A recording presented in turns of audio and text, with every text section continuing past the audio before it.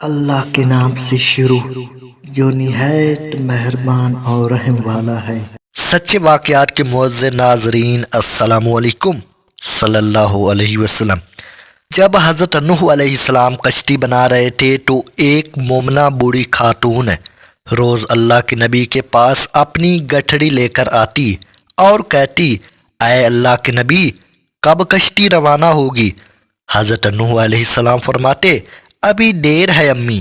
وہ عورت شام تک بیٹھی رہتی اور پھر اٹھ کر چلی جاتی تھی اور اگلے دن پھر آ جاتی۔ ایک دن حضرت نوح علیہ السلام نے فرمایا کہ اے عورت، جب جانا ہوا تو تمہیں بتا دیا جائے گا۔ اس دوران عذاب نازل ہو گیا اور کشتی روانہ ہو گئی، لیکن حضرت نوح علیہ السلام نے اس عورت کو نہ بلایا۔ ظاہری طور پر حضرت نوح علیہ السلام کو اس کو بلانا بھلا دیا گیا۔ طوفان نے پوری دنیا میں ہر طرف تباہی مچا دی اور جو بھی اس کشتی میں موجود تھا بس وہی زندہ رہا۔ جب طوفان تھم گیا تو ایک دن حضرت نوح علیہ السلام کے دل میں محبت اٹھی کہ شہر کو دیکھوں جہاں سے چلا تھا۔ وہاں آئے اور قریب جا کر دیکھا تو ایک جھونپڑی میں دیا جل رہا تھا۔ حضرت نوح علیہ السلام یہ دیکھ کر چونک گئے کہ روح زمین پر کوئی ایسا گھر بھی ہے کہ اتنے عظیم اور خطرناک طوفان کے بعد بھی جس میں چراغ جل رہا ہے۔ انہوں نے وہاں تک پیر بلند کی تو وہ عورت سامان لے کر آ گئی جس کا ذکر ہم نے پیچھے کیا، اور کہنے لگی، یا نبی اللہ، کشتی تیار ہے، چلے؟ حضرت نوح علیہ السلام نے حیرت سے اسے دیکھا اور فرمایا، رکو بڑھیا، کیا تمہیں کچھ بھی پتہ نہیں چلا؟ وہ کہنے لگی، یا نبی اللہ، کیا نہیں پتہ چلا؟ حضرت نوح علیہ السلام نے فرمایا، اتنا بڑا سیلاب آیا، بارش آئی، طوفان آیا، تمہیں کچھ بھی پتہ نہیں چلا؟ بڑھیا کہنے لگی، یا نبی اللہ، بس ایک دن بادل گرجے تھے اور کچھ ہلکی سی فوار پڑی تھی۔ حضرت نوح علیہ السلام حیران ہو کر آسمان کی طرف دیکھنے لگے اور کہا، میرے اللہ، یہ کیا ماجرا ہے؟ اللہ تعالیٰ نے حضرت نوح علیہ السلام پر وحی بھیجی کہ اے میرے پیارے نبی، اس عورت کے دل میں چونکہ تمہاری محبت تھی اور تم نے اسے پابند کر دیا تھا، اور چونکہ تمہارا اس سے وعدہ بھی تھا کہ نجات کی کشتی میں اسے بھی ساتھ لے جاؤں گا، تب جب کہ تم نے اپنا وعدہ پورا نہیں کیا، لیکن اے نوح علیہ السلام، میں تو تمہارے وعدے کا ذمہ دار تھا، اس لیے میں نے اس بڑھیا تک عذاب پہنچنے بھی نہیں دیا۔ سبحان اللہ، سبحان اللہ۔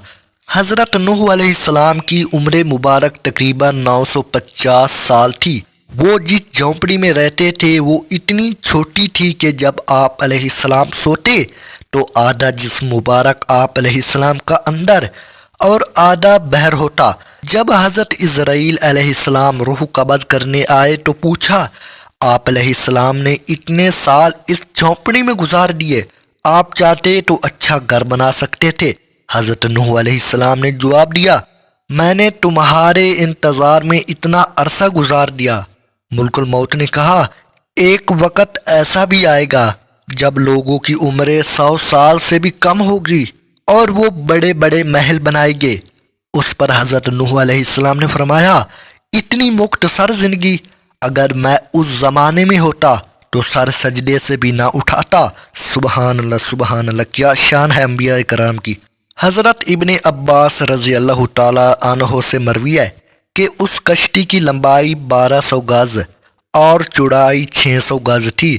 حضرت ثوری رحمۃ اللہ علیہ فرماتے ہیں کہ حضرت نوح علیہ السلام کو کشتی کے اندرونی اور بیرونی حصوں میں تار، کول، ڈامرا اچھی طرح سے ملنے کا حکم دیا تھا، اور ہدایت کی گئی تھی کہ کشتی کے سامنے کا حصہ بلندی کو اٹھا ہوا ہو تاکہ وہ پانی کو چیر سکے۔ اس کشتی کی اونچائی 30 گز تھی اور اس میں 3 منزلیں تھیں۔ کشتی کے اوپر ایک ڈھکن تھا جس سے وہ بند کر دی جاتی تھی، گویا آج کے زمانے کے مطابق وہ عظیم آبدوز تھی۔ حضرت نوح علیہ السلام کشتی بنانے میں مصروف تھے۔ قوم کے سردار آپ کے پاس سے گزرتے تو ہنستے، مذاق اڑاتے، طرح طرح کی باتیں کرتے، یہاں تک کہ کشتی بن کر تیار ہو گئی، اور جب عذاب الہی کا وقت آیا تو اللہ تعالیٰ نے حکم دیا کہ ہر قسم کے جانوروں کا ایک ایک جوڑا اس میں رکھ لو، اور جو لوگ ایمان لائے ہیں انہیں بھی سوار کر لو۔ حضرت نوح علیہ السلام نے احکام خداوندی کے مطابق سب کو سوار کر لیا اور عبادت الہی میں مصروف ہو گئے۔ آخر کار طوفان کے آثار ظاہر ہونے لگے اور دیکھتے ہی دیکھتے زمین کے ہر گوشے سے پانی ابھرنے لگا، جے کو بہا کر لے جانے کے درجے پہ تھی۔ گویا قیامت کا منظر تھا۔ کشتی طوفان کی پہاڑ جیسی اونچی لہروں پر تیر رہی تھی۔ حضرت نوح علیہ السلام نے اپنے بیٹے کنعان کو دیکھا جو ایک اونچے مقام پر موجود تھا۔ انہوں نے فرمایا، اے بیٹے، ہمارے ساتھ کشتی میں سوار ہو جاؤ اور کافروں کے ساتھ نہ رہے۔ اس نے کہا، ابا حضور، میری فکر نہ کرو، میں ابھی سب سے اونچے پہاڑ پر چڑھ جاؤں گا اور پانی سے بچ جاؤں گا۔ نوح علیہ السلام نے کہا، آج قہر الہی سے کوئی نہیں تمہیں بچا سکتا۔ اسی آسنا میں ان دونوں کے درمیان پانی کی ایک بہت بڑی لہر حائل ہو گئی اور وہ غرق ہو گیا۔ حضرت نوح علیہ السلام نے اپنے رب عز و جل سے اپنے بیٹے کے لیے مغفرت اور نجات کے لیے دعا فرمائی۔ اے پروردگار، آپ نے میری گھر والوں کی بخشش کا وعدہ فرمایا ہے، تو یہ بیٹا بھی گھر والوں میں سے ہے۔ اللہ عز و جل نے فرمایا، اے نوح علیہ السلام، وہ تیرے اہل میں سے نہیں ہے، کیونکہ اس کے اعمال اچھے نہیں ہیں اور وہ مجھ پر ایمان نہیں لے آیا۔ طوفان نوح میں پانی کی لہریں اس قدر بلند تھی کہ انہوں نے روح زمین کے پہاڑوں کو بھی اپنے اندر چھپا لیا تھا۔ زمین پر کوئی بھی چیز زندہ سلامت نہ تھی، سب کچھ نیست و نابود ہو چکا تھا۔ حضرت نوح علیہ السلام کی پہاڑ نما کشتی تھی جو اللہ تعالیٰ کی مدد سے پانی کی بلند و بالا بفری خوفناک موجوں میں تیرتی پھر رہی تھی۔ حضرت ابن عباس رضی اللہ تعالیٰ عنہ سے روایت ہے کہ کشتی میں 80 اشخاص تھے اور ہر ایک کے ساتھ ان کا کنبہ بھی تھا، یعنی خاندان کے ہمراہ، اور یہ لوگ کشتی میں تقریباً 150 دن رہے اور اللہ تعالیٰ نے کشتی کا رخ مکہ مکرمہ کی طرف پھیر دیا تھا۔ کشتی 40 دن بیت اللہ کے گرد چکر لگاتی رہی۔ اس کے بعد اس کا رخ جبل جودی کی طرف پھیر دیا گیا جو کہ ایک پہاڑ ہے، جہاں وہ ٹھہر گئی۔ پھر حضرت نوح علیہ السلام نے اہل زمین کی خبر لینے کے لیے ایک کوے کو زمین پر بھیجا۔ کوے نے زمین پر مردار دیکھے تو ان پر جھپٹ پڑا اور تاخیر کی، جس کی وجہ سے کبوتر کو بھیجا۔ کبوتر ایک زیتون کے پتے کو لے کر آیا اور اس کے پاؤں کیچڑ سے لٹڑے ہوئے تھے، جن کو دیکھ کر حضرت نوح علیہ السلام نے اندازہ لگایا کہ زمین خشک ہو چکی ہے۔ حضرت نوح علیہ السلام جودی پہاڑ سے زمین پر اتر آئے اور ایک بستی تعمیر کی جس کا نام سمانین رکھا، یعنی 80 آدمیوں کی بستی۔